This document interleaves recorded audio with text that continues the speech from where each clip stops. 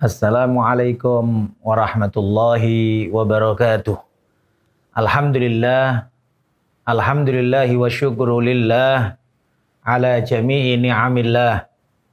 Nahmaduhu wa nashkuruhu subhanahu wa ta'ala ala ma an'ama bihi wa aulah. Wassalatu wassalamul atammanil akmalani ala ashrafi khalqillah wa ajmali khalqillah sayyidina wa maulana Muhammad ibn Abdillah wa ala alihi wa sahbihi wa man walah, la hawla wa la quwwata illa billah. Amma ba'du, ikhwanana, saudara-saudara, sahabat fillah yang dicintai oleh Allah Subhanahu wa taala, mudah-mudahan kita semuanya selalu dalam lindungan hidayah dan taufik dari Allah Subhanahu wa taala. Mudah-mudahan kita semuanya selalu bertambah kecintaan, kerinduan, pengetahuan kepada baginda Nabi Muhammad sallallahu alaihi wa alihi wa sahbihi wasallam. Pada halaqah yang sebelumnya, kita telah membahas sejarah baginda Nabi Muhammad sallallahu alaihi wasallam saat beliau berumur 10 tahun atau 11 tahun. Dan beliau dibawa oleh pamanda beliau, Zubair bin Abdul Muttalib, dengan izin dari pamanda yang mengasuh beliau, Abu Talib, untuk berangkat dan berniaga ke Yaman. Dan telah kita jelaskan riwayat-riwayat yang menjelaskan irhasat, keajaiban-keajaiban yang terjadi pada diri baginda Nabi Muhammad SAW dalam perjalanan tersebut. Dan cerita-cerita tersebut cukup jarang diceritakan di kalangan kita, dan sangat banyak irhasat, keajaiban-keajaiban, hal-hal luar biasa yang terjadi pada diri Rasulullah sallallahu alaihi wasallam sebagai bukti bahwa beliau adalah calon nabi termulia, rasul yang tertinggi. Wa qad taqaddamat lahu qabla an-nubuwwati irhasat hiya ala nubuwwatihi wa risalatihi min aqwal alamat. Ma'asyiral hadirin wal hadirat, ikhwanana, saudara-saudara fillah yang dimuliakan oleh Allah Subhanahu wa taala. Di antara safar bepergiannya baginda Nabi Muhammad sallallahu alaihi wasallam sebelum beliau diangkat jadi rasul, dalam perjalanan yang cukup jauh terjadi 3 kali. Pertama adalah perjalanan ke Yaman, yang sudah kita jelaskan dibawa oleh pamanda beliau, Zubair bin Abdul Muttalib.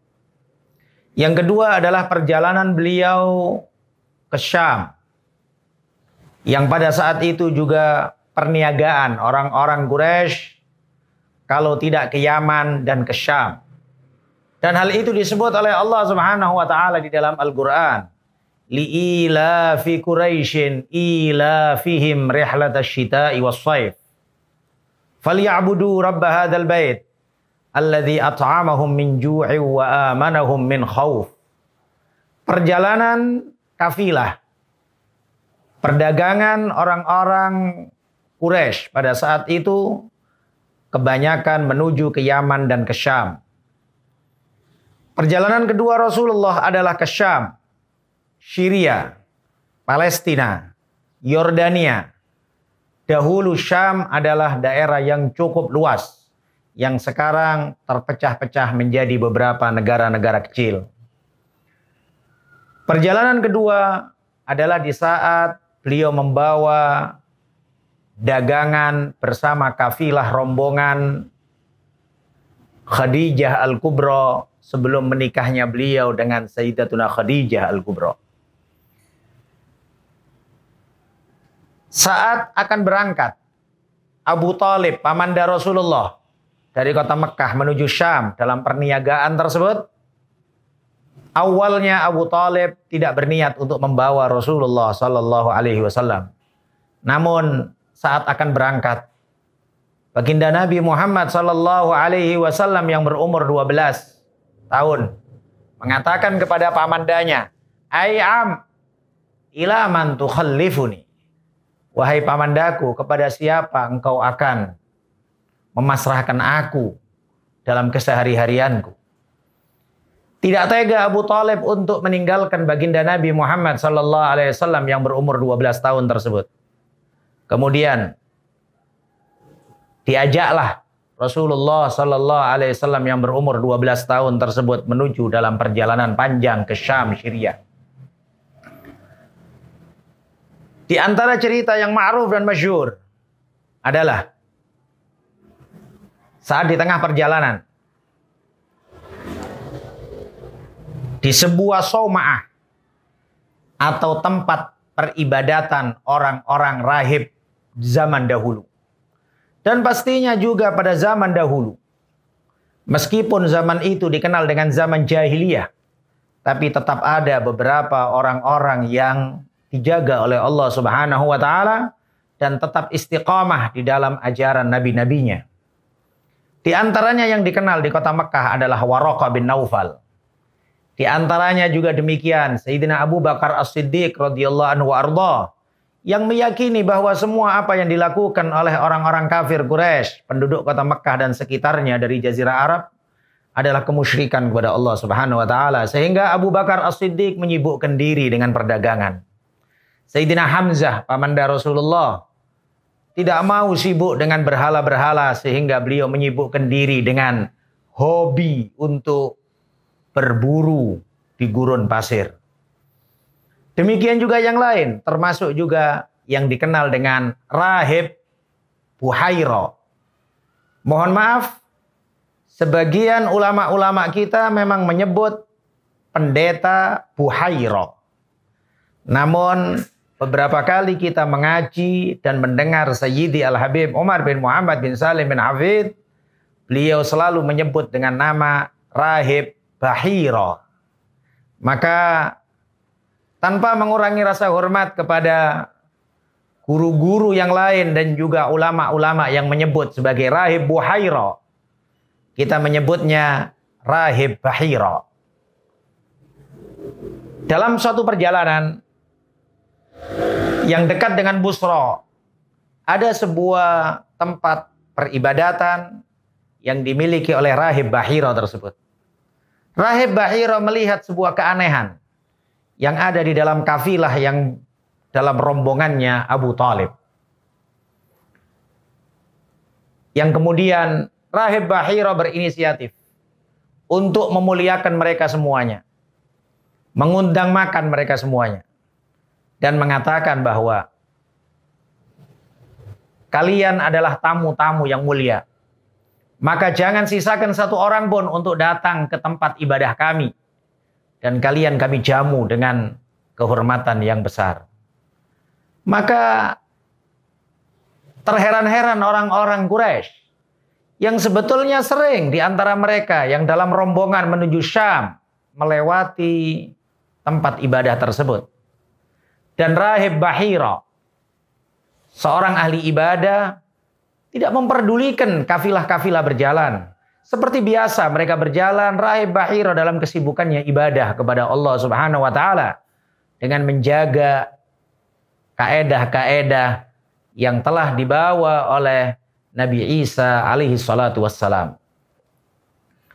Namun pada saat Rasulullah sallallahu alaihi wasallam yang ada di dalam rombongan tersebut, Bahira melihat bahwa rombongan tersebut dinaungin oleh awan sehingga mereka terhindar dari terik panas matahari. Bahira melihat bahwa dari kejauhan setiap rombongan kafilah tersebut berjalan, pepohonan-pepohonan seakan-akan sujud dan tunduk kepada rombongan tersebut. Maka rahib Bahira berkeyakinan bahwa dalam rombongan tersebut ada sosok yang istimewa. Akhirnya diundanglah mereka semuanya ke vihara atau tempat ibadahnya rahib Bahira.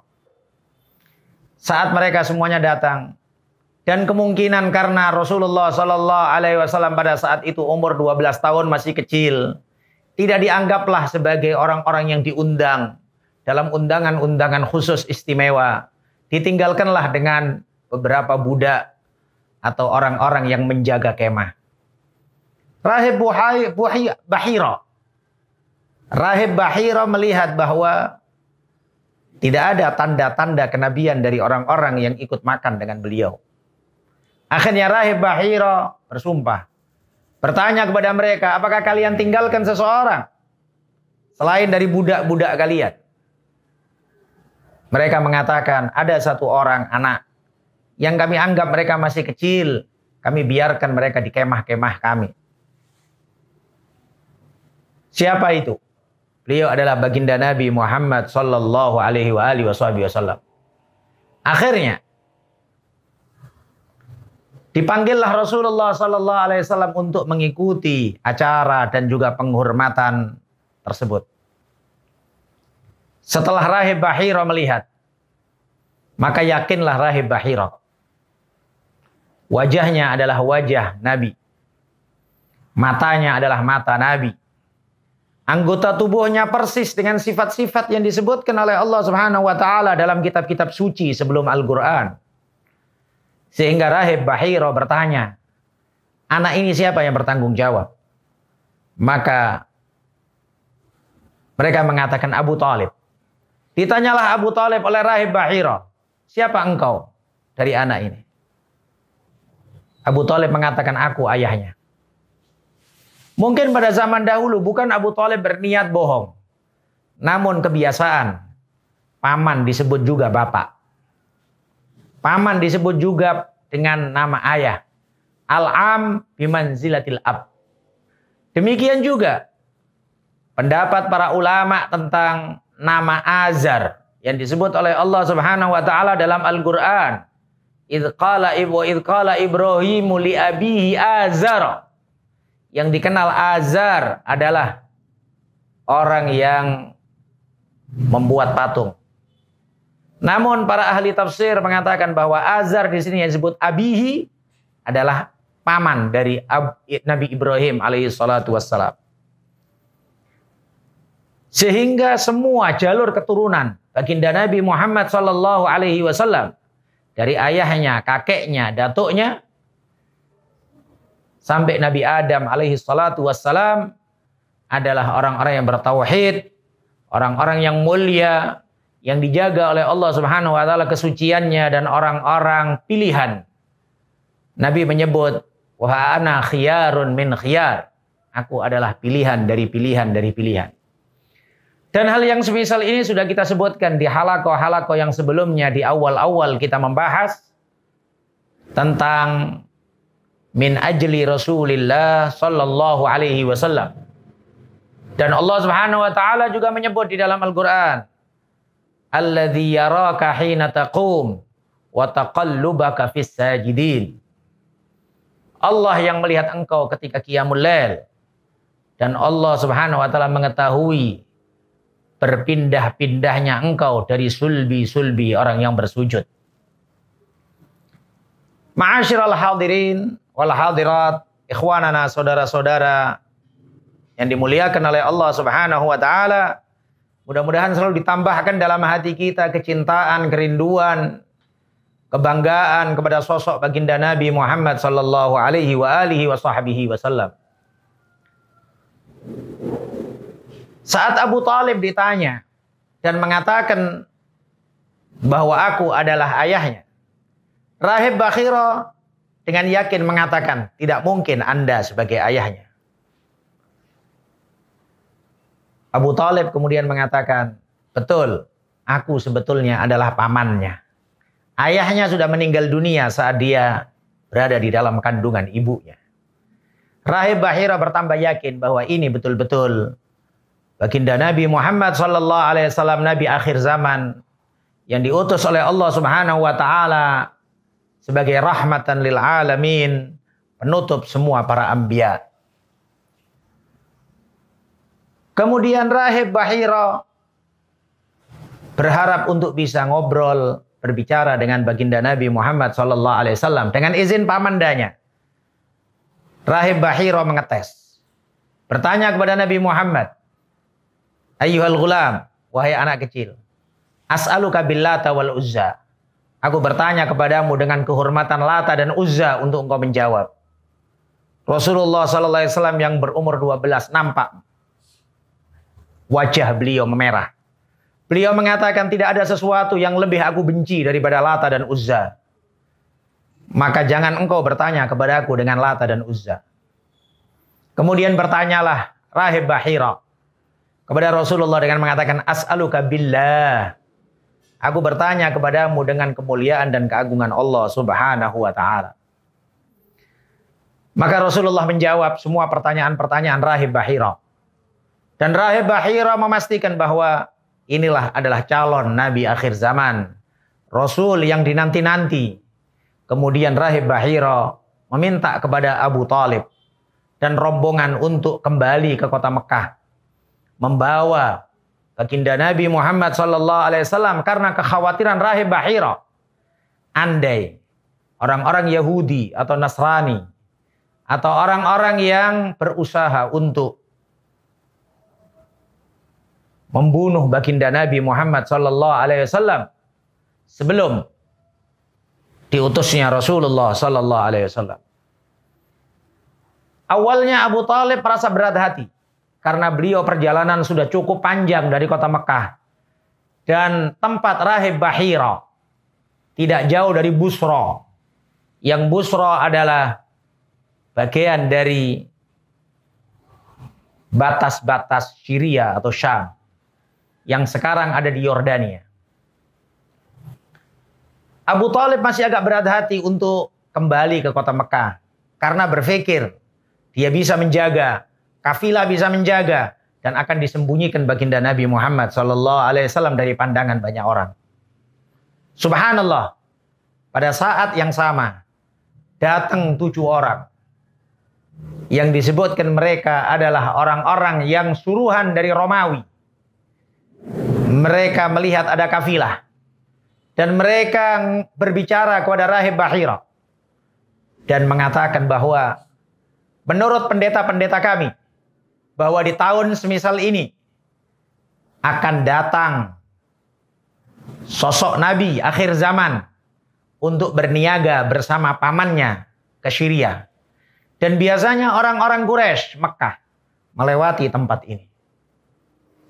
Maka rahib Bahira berusaha untuk menghalau mereka dengan semaksimal mungkin. Dan di antara yang disampaikan oleh rahib Bahira dengan kebijakan beliau, dengan kepiawaian beliau di dalam berargumentasi, rahib Bahira mengatakan kepada mereka 7 orang ini yang disuruh oleh kerajaan Romawi, apakah kalian yakin akan apa yang difirmankan oleh Allah Tuhan dalam kitab-kitab suci tersebut? Mereka semuanya mengatakan, iya kami yakin. Tidakkah kalian baca bahwa Nabi akhir zaman itu akan hijrah ke Yathrib, ke kota Mekah. Kemudian diturunkan Al-Quran. Kemudian juga terjadi peperangan. Kemudian juga mengalahkan Romawi. Juga mengalahkan Persia. Juga mengalahkan ini dan lain sebagainya. Tidakkah itu semuanya firman-firman Allah di dalam kitab-kitab suci terdahulu? Terus kalian berusaha untuk membunuhnya. Tidak mungkin itu terjadi. Bagaimana kalian percaya satu ayat kemudian kalian mengingkari ayat yang lain? Demikianlah. Takdir Allah pasti terjadi. Ketentuan Allah Subhanahu wa taala pasti berlaku. Maka dengan argumen-argumen yang telah disampaikan, dalil-dalil yang disampaikan oleh rahib Bahira, akhirnya mereka sepakat bahwa mereka tidak akan berhasil untuk membunuh baginda Nabi Muhammad SAW.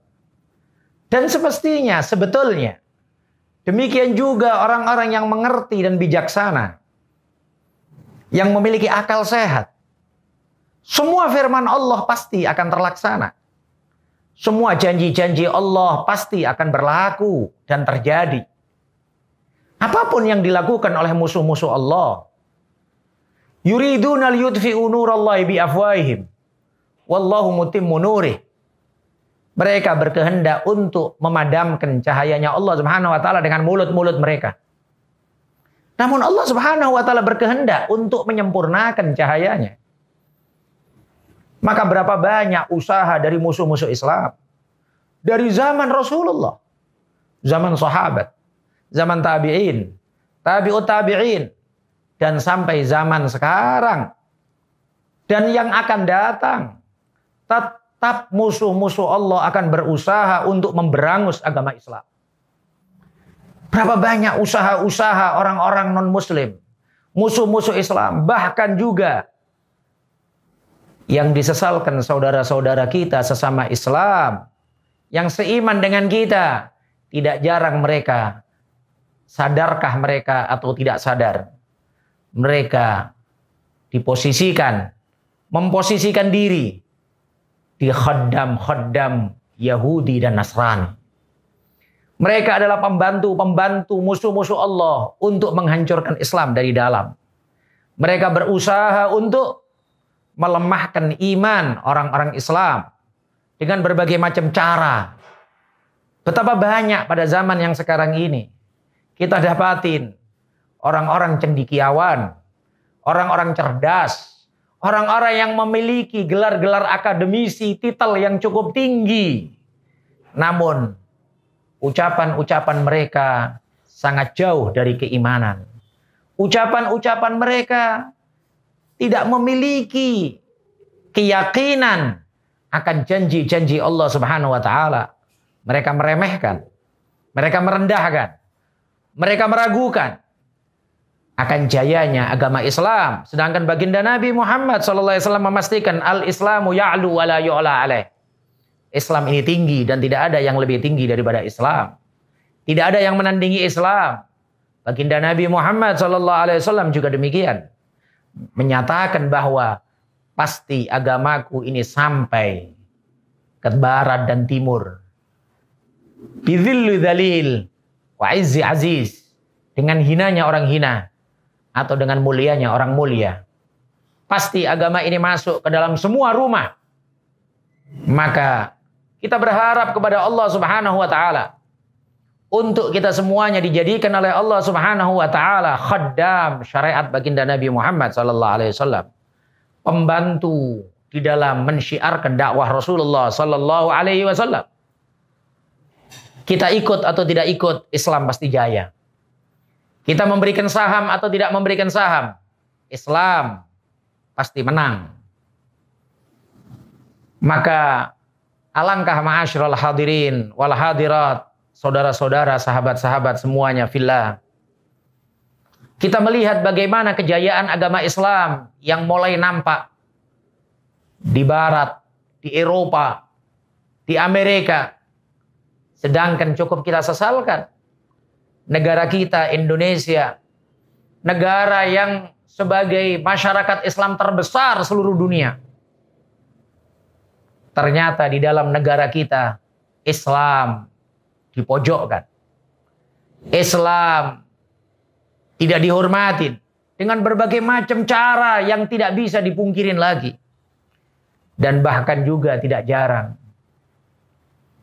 orang-orang yang mulia, orang-orang hebat di dalam pendidikan, mereka meninggalkan sholat. Mereka berani bermaksiat kepada Allah Subhanahu wa taala dan main-main hukum syariat. Sehingga dengan mudahnya mereka menipu rakyat, menipu warganya, menipu masyarakatnya. Dan inilah di antara fenomena yang sangat dikhawatirkan oleh baginda Nabi Muhammad sallallahu alaihi wasallam, yang beliau menyatakan, aku lebih khawatir daripada Dajjal untuk kalian. Siapa ya Rasulullah? Rasulullah mengatakan ulama usu, ulama buruk, ulama yang menjadikan penyebab masyarakat jauh dari Allah Subhanahu wa taala.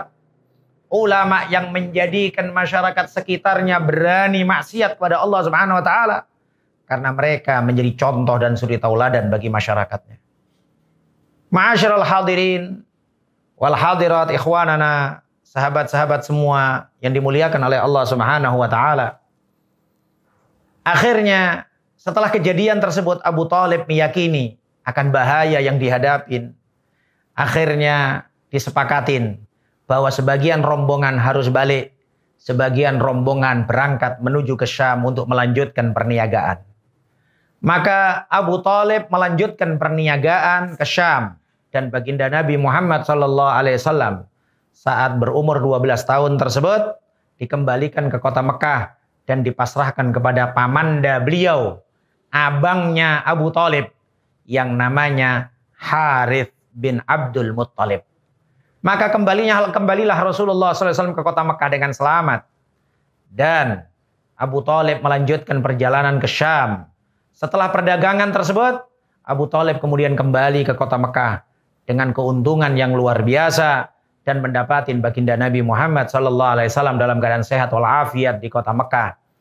Dan demikian banyak kejadian-kejadian besar yang insya Allah setiap halakoh, setiap majelis kita akan sampaikan keajaiban, hal luar biasa yang telah dibuat dan ditakdir oleh Allah Subhanahu wa taala sebagai petunjuk akan kemuliaan baginda Nabi Muhammad sallallahu alaihi wasallam. Meskipun Rasulullah masih berumur masih kecil, meskipun Rasulullah sallallahu alaihi wasallam belum dewasa, namun sangat banyak mukjizat atau irhasat yang dinampakkan oleh Allah Subhanahu wa taala. Riwayat-riwayat yang demikian banyak tidak mungkin bisa dipungkirin. Maka sangat sulit kemudian diterima salah seorang kiai ulama yang dengan mudahnya mengatakan, biasa-biasa saja Nabi Muhammad waktu kecil. Kalaulah Nabi Muhammad nampak sekali keajaibannya, maka dia akan dibunuh sama Yahudi dan Nasrani. Semuanya tahu. Memang betul semuanya tahu, bahkan sebelum Rasulullah lahir pun. Orang-orang Yahudi tahu akan masa kelahiran baginda Nabi Muhammad SAW. Namun pastinya penjagaan Allah Subhanahu wa taala. Hifdzullah wa kalaih. Penjagaan Allah Subhanahu wa taala yang sangat luar biasa. Maka tidak akan tersentuh Rasulullah SAW akan mara bahaya yang dikhawatirkan. Wa idzal inayatu lahadat ka uyunuha nam fal makhawifu kulluhunna amanu. Di saat pandangan riayah penjagaan Allah Subhanahu wa taala sudah mengitari kita, maka gak usah kita khawatir. Tidur sajalah. Semua kekhawatiran dan semua ketakutan akan diamankan oleh Allah Subhanahu wa taala untuk kita. Maka yang terpenting adalah kita mencari perlindungan dari Allah Subhanahu wa taala. Di saat orang mencari perlindungan dari selain Allah Subhanahu wa taala, meskipun dengan alasan ikhtiar, meskipun dengan alasan usaha zahir, namun hati mereka ketakutannya lebih besar kepada selain Allah Subhanahu wa taala. Mudah-mudahan kita diberi oleh Allah Subhanahu wa taala hidayah dan taufik untuk selalu menambah ketakwaan kepada Allah Subhanahu wa taala. Dipenuhkan di dalam hati kita rasa takut kepada Allah Subhanahu wa taala sehingga tidak ada celah untuk takut kepada selain Allah Subhanahu wa taala. Dikuatkan dalam hati kita pengharapan besar kepada Allah Subhanahu wa taala sehingga hati kita tidak mengharap kepada selain Allah Subhanahu wa taala. Mudah-mudahan hidup kita diberkahin oleh Allah, wafat kita diberkahin oleh Allah, akhirat kita diberkahin oleh Allah. Semua fase-fase dan masa-masa umur kita dunia akhirat, mudah-mudahan semuanya di dalam area rahmat Allah Subhanahu wa taala. Bibarkatin Nabi Muhammad sallallahu alaihi wa alihi wasallam ala hadhihi niyyah wa kulli niyyah salihah jami'ah syamilah li khairatid dunya wal akhirah. Wa man wa sayyidi Habib Umar bin Muhammad bin Salim bin Hafidh wa man wa masyayikhuna wa rijal sanadina ila Rasulillah wa ma hata bi ilmillah min salihin niyyat wa ila hadratin Nabi Sayyidina Muhammad sallallahu alaihi wasallam. Al-Fatihah. Bismillahirrahmanirrahim. Ar-Rahman. Shiratal ladzina an'amta 'alaihim ghairil maghdubi 'alaihim waladdallin. Hadanallahu wa iyyakum ajma'in. Wallahul muwaffiq ila aqwamit thariq. Assalamualaikum warahmatullahi wabarakatuh.